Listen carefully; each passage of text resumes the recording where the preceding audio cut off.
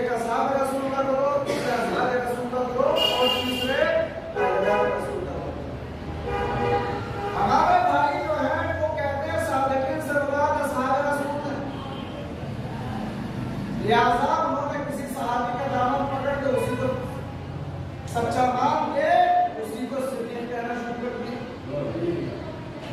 और फिर यहाँ तक पहुंच गए कि किसी ज़ौजे पैगंबर के दामन में आ गया, उन्हीं को सिद्दीका कहना शुरू कर दिया।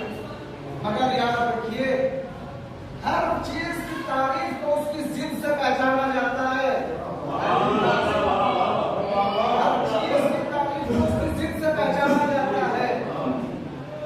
हम रात को नहीं पहचान सकते अगर इसकी जिद दिन ना हो। दिन है तो रात को पहचानेंगे, रात है तो दिन को पहचानेंगे। सुबह की जिद शाम है, सुबह को अगर जानना है तो शाम जब तक नहीं होगी सुबह को आप नहीं पहचानेंगे कि सुबह क्या चीज है। ऐसे जब तक सुबह नहीं होगी शाम को नहीं पहचानेंगे। अंधेरे को समझना है तो उजाले को समझना होगा, उजाले को समझना है तो इसकी जिद अंधेरे को समझना होगा जी। पस्ती को अगर समझना है तो बुलंदी का होना जरूरी है।